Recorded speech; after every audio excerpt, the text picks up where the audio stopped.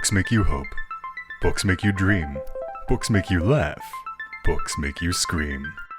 This is the Books That Make You show, discussing books with authors and experts, unraveling the inner pages of all the books that help make us who we are. Hosted by Desiree Duffy. Hello, welcome to the Books That Make You show. I'm your host, Desiree Duffy. We're about to get booky with it, okay? And we're talking about books that make you heat things up with a romantic summer read. Set in the gritty city of Brooklyn in the 70s. Oh yeah, we're going to have some fun. You know, summer books. Every year people grab that beach book, right? It's something that you can dip into, steamy, scintillating, something that, you know, is a little bit fun and relaxing. That's the kind of book that you want to put in your beach bag, isn't it? And I want to add the new book by David Ruggerio, Goodbye and Goodnight, to your beach reading list. Now, you probably recognize David. He's been a guest before. He is a super chef that has turned writer. And we had him on last fall with his first book, A Wistful Tale of Gods, Men, and Monsters. And now we're digging into his latest release. It is titled Goodbye and Goodnight. And it's a love story. Really, it's a love story for the ages. In it, there's a young fighter who is getting a taste of success and he meets the love of his life. This is something like no other. But then the question is, will it last? And then we have this backdrop of Brooklyn and the hot city and the disco craze. It's the 70s. I mean, this is a real page turner. Now, David Ruggerio, he also recently was at the LA Bookfest. You might remember he shared some cooking tips with us. He made tacos for everybody. And you can go back and you can watch that. That is on the Books That Make You YouTube channel. And he began his career actually at the legendary New York eatery called La Caravelle, and he honed his culinary skills in France. He is somebody who has worked in some of the leading restaurants in New York, and he had gone on to host his own cooking show. He was on PBS. He was also somebody who cooked for 5 U.S. presidents. So this is a guy that knows a lot about food, and he knows a lot about writing too. David Ruggerio, hello, welcome to the show. Welcome back. Well, thank you so much for having me. It's really a pleasure to be back. And today, I'm talking about a book that's really, this was a labor of love. This particular book was a true labor of love. And I think that with everything that's going on right now in the world, all the similarities in this book during my book is based on in the year 1977. As you said, in Brooklyn. 1977 in Brooklyn was a very, it was an exciting year. It was a tumultuous year. It was the year of the Son of Sam. I don't know if your listeners remember the Son of Sam. It was the year that Studio 54 began. It was the year that Saturday Night Fever came out. Disco was the rage in Brooklyn. I listen, I know everybody out there in LA and, in other parts of the country are going to say, oh, we had disco first. Baloney. Disco started in Brooklyn, okay? Sorry to disappoint you, but we began it all. I mean, Desiree, tell me you didn't dance disco back in the day, that you didn't have that tight dress, that you went out and you were fishing for your potential boyfriend or whatever. Wasn't those the days? I got to tell you, the soundtrack to Saturday Night Fever is what I hear in my head as I'm reading this book. So you got to tell me, like, what's the soundtrack? It has the Bee Gees in it, right? It's the Bee Gees. it's I don't know if you know, like Terry DeSavio and these kind of disco singers, Donna Summers. I mean, I could keep going on and on. Diana Ross and so forth. It defined the era. It allowed people, and I'm going to speak really truthfully about what it was. It defined an era where gay people could come out into the club. This is very true in Brooklyn. And New York. I can only speak for New York. But in those days, prior to that, gay people stayed in gay clubs. Mhm. And today, this might sound kind of ridiculous. Like, what are you talking about? Back then, it was a different world. And disco allowed the doors to open for not only gay and straight people, all kinds of people. There were a lot of freaky people that came out. But we all got together in a disco, and the parties were great. But 77 in Brooklyn. Now, like I said, I based the story in 77. And I incorporate a real club called Romeo and Juliet's that was on 86th Street in Brooklyn. 86, for all you listeners out there, 86th Street was like the Broadway of Brooklyn. That was the main thoroughfare through Bensonhurst and Bay Ridge. And so 86th Street, this Romeo and Juliet's was an actual club. And but also I pick on not only actual places, I talk about actual people. I do incorporate the Son of Sam within the story because this is, at its core, a real love story. I mean, I said this was a labor of love, and here's a giveaway. No spoilers on this interview, but I will give you a little hint. The girl that's the protagonist is a young fighter named Anthony Marino. Mm-hmm. I'll disclose I also was a fighter. So, I'm Italian American like Anthony. I'm a fighter. So there we got two right there. His girlfriend, the girl that his love of his life that he chases after through the book. Her name is Gia, and that actually was the name of my first. I got engaged. My first love when you're a teenager. Love is a very different thing when you're a teenager. Oh, yes.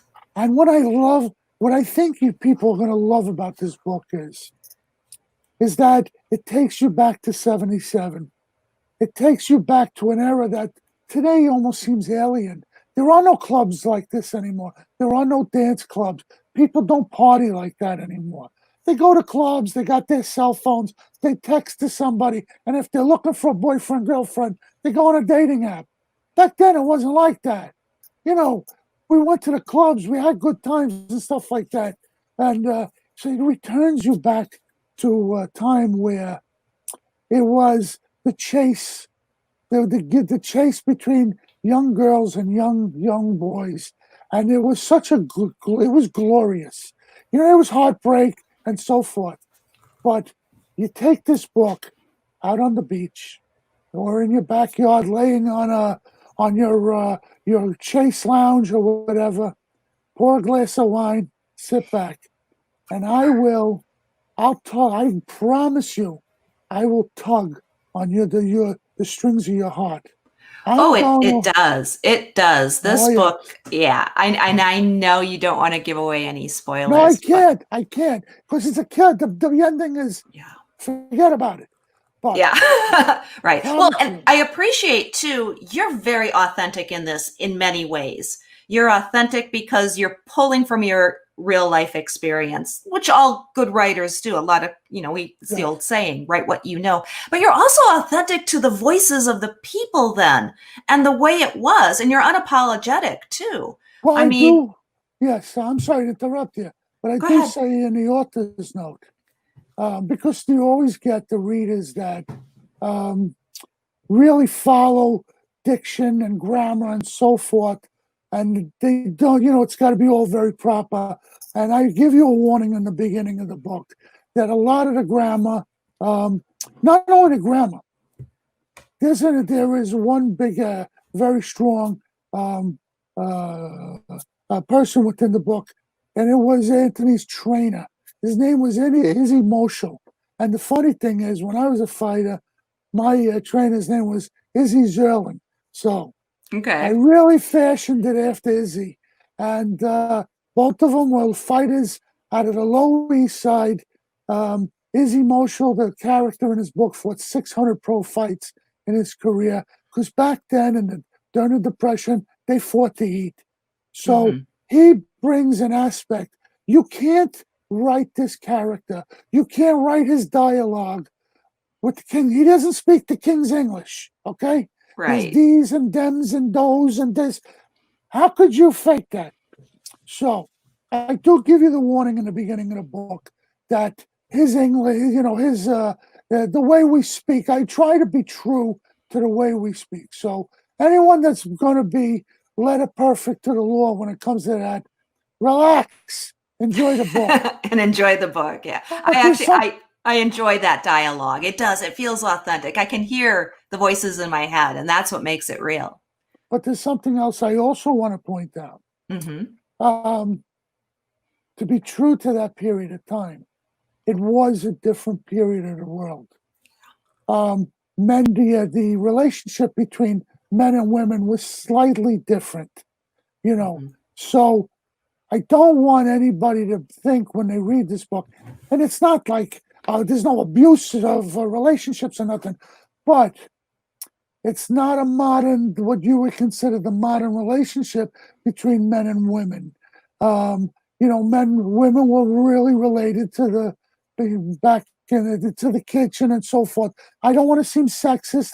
But within the guise of an old style Italian American household, the woman was in the kitchen. No offense to anybody, but I just want to put that out because some people can be offended by that, and I don't want them to be. I want them to sit back and enjoy the book for what it is. And I mentioned the Son of Sam. There's two underlying. There's something percolating in the background within the book as you read it. First is there's a slight hint of organized crime. I'm not capitalizing on organized crime. I'm not glorifying it. Fact of the matter is, in the 70s in Brooklyn, it was prevalent. And so it's very hard, especially that the kid is a fighter. Organized crime was around the ring. I touch on that, and there's some mention of it. Secondly, there was a lot of evil, not just the Son of Sam, but there was a lot of evil things that went on. They were in the street corners at night, in the darks and the shadows. And part of this book is his chase for his love, their love together, but then also fending off all the dark influences that are hovering around in the shadows, and how they circumvent and they get through the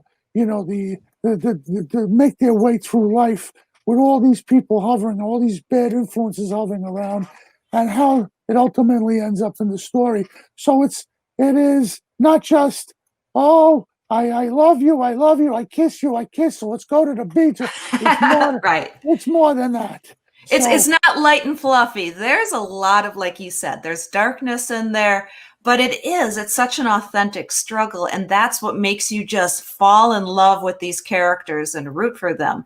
And like you said, he's a fighter just like you are. And he really has the fight of his life going on here in this book. Yes. And, I wrote that.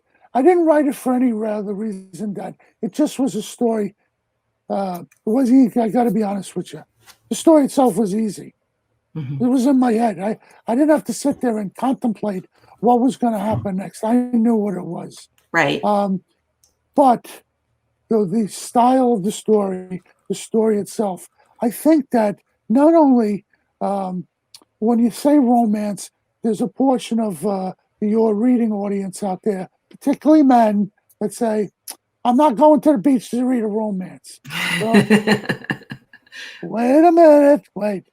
Take a look at the book before you thumb through the book and take a look, because I think that this will please both sexes. Yeah. I think that men and women will really enjoy this book and find something that they'll really be able to sink their teeth into. Yeah. And speaking of sinking your teeth into something, so I mean, you've been a super chef for some time now, and then you've segued into writing. And this is, like we mentioned before, this is your second book. Your first book, A Yes. Wistful Tale of Gods, Men, and Monsters, award-winning. Congratulations, Thank very you. successful. How does that feel now that you've got your second book under your belt? Like now you are a writer. How does that transition feel? Well, with the second book, I think that my wife kind of feels that I'm not a screwball, that I didn't lose my marbles, that I'm not sitting down in the basement wasting my time. So I'm really enjoying myself. I don't like to say, and Desiree, you've heard this before. I don't like to call myself a writer. I think that I'm more of a storyteller. You know, I didn't. I'm not terribly educated, so I have to, sometimes my grammar or whatever is not the best, but I think the stories, they come from a deep place. Growing up in Brooklyn around the old Italians, that's what they didn't watch TV. They sat around the table, they played pinochle and told stories. And when I was a kid, I used to sit by the side and listen to them drinking homemade wine and so forth. And they were master storytellers. And I was lucky to be able to listen to these people. It just wasn't the stories. It was how they told them, the way they delivered it and so forth. And I tried to take that verbal way of telling a story and translate it into a book. And I'm learning as I go. But I'm enjoying it. And Well, that's what storytelling is. I mean, Yes. before there were books, there's always been stories. I think that's Yes. probably what part of what makes us human. Oh, Even yes. going way back, we sat around a fire outside of our caves, right? And it was Exactly. stories. Yeah. Exactly. And I think that there's an art to storytelling. And I'm not saying that I've gotten there yet, but I listened to the old masters telling the stories and so forth. And I think I took away a lot from them, the way they did it. And hopefully the reader can appreciate that when they read the book, the way I tell the stories and so forth. And I think that, like I said, like this particular book, from the art of storytelling, there's a lot of twists and turns, but there's a way of leading you, and then at the end, giving you that surprise. And that's what a master storyteller does. So don't sell yourself short. You do that so splendidly. And let's talk about that a little bit. So you mentioned, the stories around the kitchen table with your family. What is it? What are you pulling from stories that you've heard from people that you know and creating your characters and creating everything? How are you fashioning all of that? How are you putting all of that together? I don't think it's conscious. I think that I don't consciously sit back and say, what did they say then? What did they? I don't think so. I think that it's ingrained in you as a child when you listen to things the way they're told. It becomes ingrained in you. And so I unconsciously benefit, I think, consciously and kind of unconsciously. But it's something that, unfortunately, and now I'm going to rail. I think I'm showing my age. This is when I rail about the common today's youth. Unfortunately, it's not done anymore. Because of the advent of the internet and to me, cell phones are the death of communication for this society. I think there's a huge disconnect in this society, and the number one culprit is cell phones. In this book, my book, Say Goodbye and Goodnight, which I want to tell you, that was a son of Sam, had a thing going with a very famous writer at the New York Daily News called Jimmy Breslin, and he taunted the police and he taunted Jimmy Breslin to find him, to capture him. This is the truth. I didn't make this up. Oh yeah, no, it's very well known. Yeah. And one of his famous letters he wrote, Say Goodbye and Goodnight. And that's where I got the title of the book. But going back to the cell phones and so forth, I mean, they don't, you look at this book during the 70s and you saw a girl cross the floor, you sauntered up to her, you gave her your best line, you gave her the look, the shrug, your little shrug of your shoulder, the little look. How does that go? Do that again. Shrug of the shoulder. A little shrug of the shoulder, like a little look, Today, what are they going to do? They're going to text each other from across the way. What is that? What are we talking about over here? Come on. You're lost. It's lost. Yeah. But for the people that are old enough to remember that, it's a good way to reminisce about what went on, right? And for the kids that never lived it, and I feel bad for them, let them read this and get a little bit of what they're missing. And maybe they can incorporate some of this human-to-human interaction within their daily lives again, because that's what it was all about. It was about relationships, human-to-human reaction, the way we loved each other back then. There was no Tinder or whatever the hell they're talking about today. Right. I mean, there was real love. I mean, the good and the bad, the fights, the crying, the this, the that. And absolutely. That's what I promise you, that within this book, I will tug at every heartstring. I will make you laugh, I'll make you cheer, and I'll make you cry. And there's something really good about that. There is. Well, and I think too, you're talking about, yes, we all are attached to our cell phones and the world got really fast, but something happened too recently. We've all been forced to slow down, and there's a lot going on in the world right now, but I do think that there's a certain segment of the population that's gone back to reading. It's like they rediscovered books. Because they were forced to kind of hunker down for a while, they couldn't spend all that time on their phone, and they couldn't spend all that time watching Netflix. I mean, I know nothing against Netflix, but I know after a while, I'm just like, I'm done binging all of these shows. There's something that's just so satisfying about opening up a paper book and smelling it. So whether you're young or old or somewhere in between, I think this is the perfect time to open up a book, rediscover them if you haven't had one in a while. And I think I can never, all due respect to people who read e-books and so forth, God bless you, we need you. But I'm a traditionalist. I want to read a paper. I want to feel a newspaper. I want to feel a book. I love the feel of a book, to sit out there and turn the pages. Well, like you had mentioned, Netflix and these other streaming where you could watch movies. It's a little numbing at times. Yeah, it really is a little numbing. Whereas books are not numbing. Books take you away.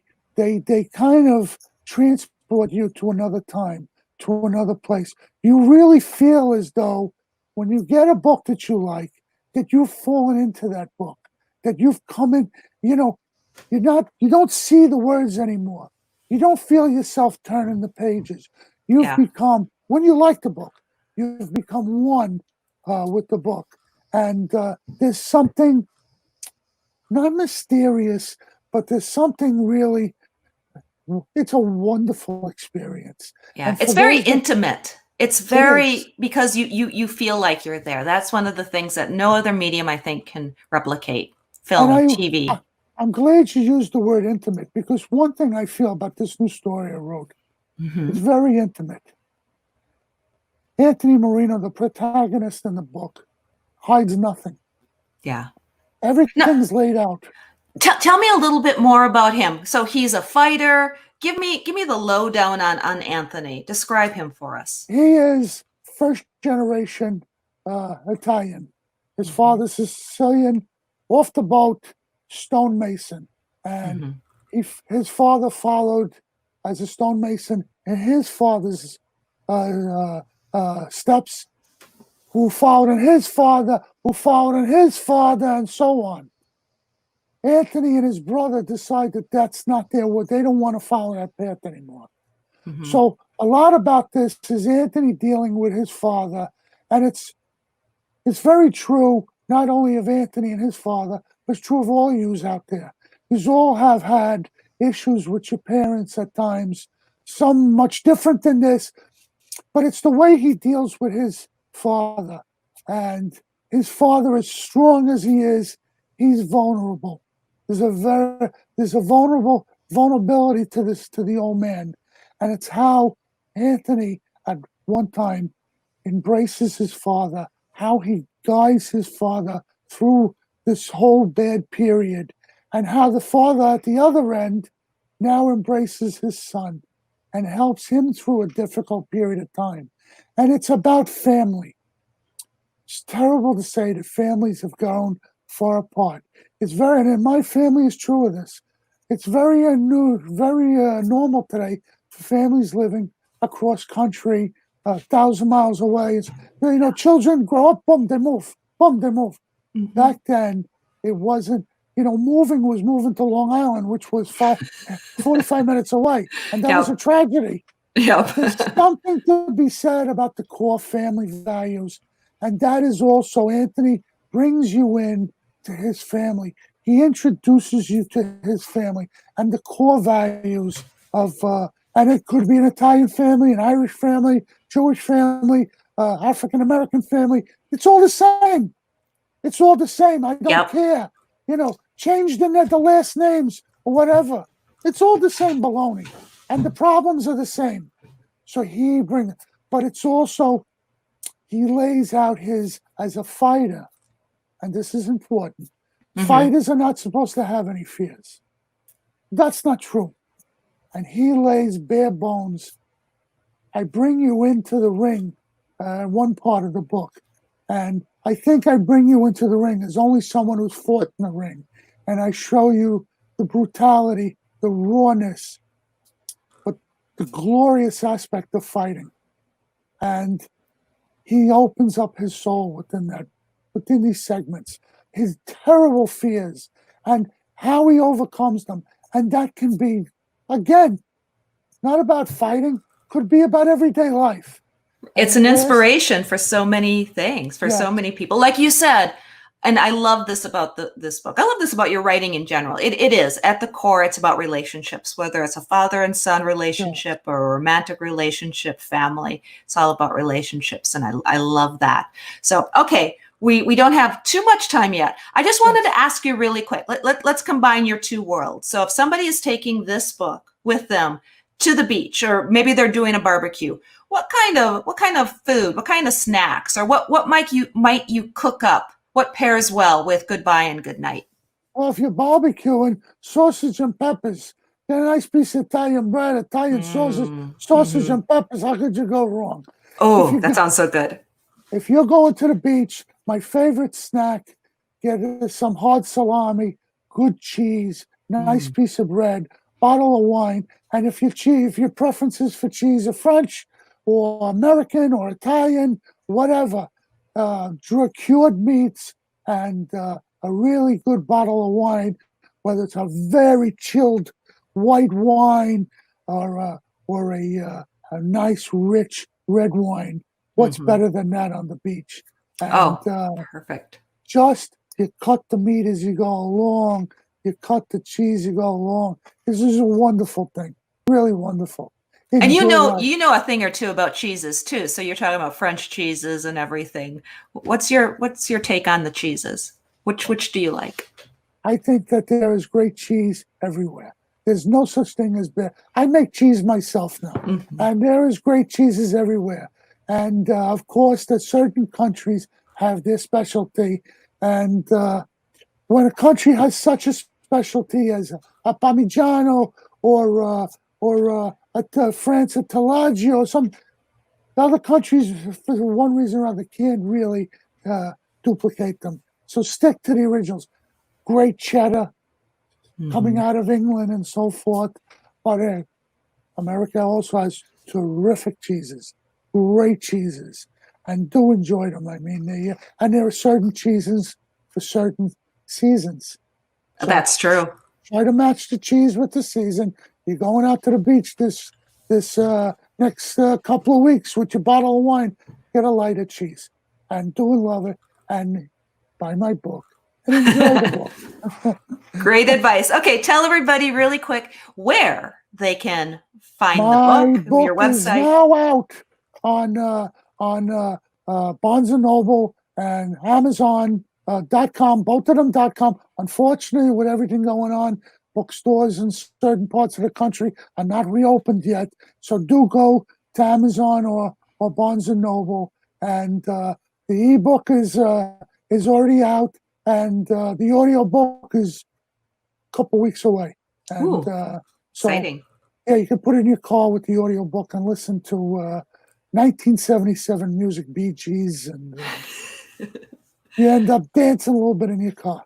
Why not? Why not? Perfect. David Ruggerio, my friend, thank you so much for being Thank here. you. What a pleasure. And people can find you on social media as well. I know you Yes. you do a lot on Facebook and Twitter and on Instagram I'm as well. everywhere. And you can go to RuggerioBooks.com and see my upcoming things, appearances, everything like that.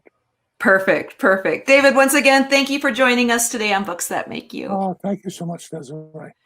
And thank you, everybody, for being with us here today. Again, my name is Desiree Duffy, and this has been the Books That Make You show. You can find out more about us. We're at booksthatmakeyou.com, and you can, you'll find David Ruggerio there and his books, articles and interviews and things like that.